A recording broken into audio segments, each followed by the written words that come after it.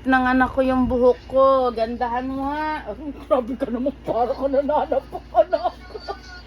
Oh, sige. Galingan mo. Oh, siguraduhin mong maganda yung buhok ko ha. Ha? Oh, seryoso. Aroy. Aroy. Grabe naman ang bigat ng kamay mo na.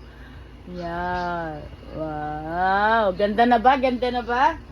Ay, ganda na ng buhok ni Mami.